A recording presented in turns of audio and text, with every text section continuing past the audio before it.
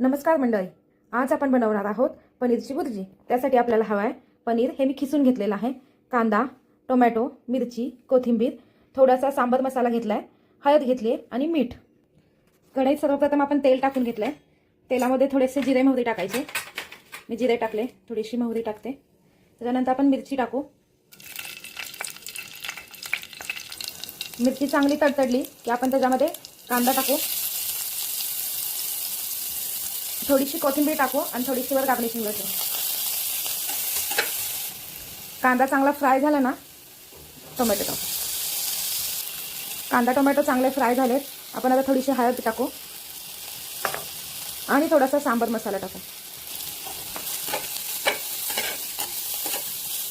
मसाले चांगले परतून झालेले आहेत। यामध्ये आपण आता किसलेलं पनीर टाकू, चांगलं मिक्स करून घेऊ आणि चवीनुसार आता मीठ टाकू।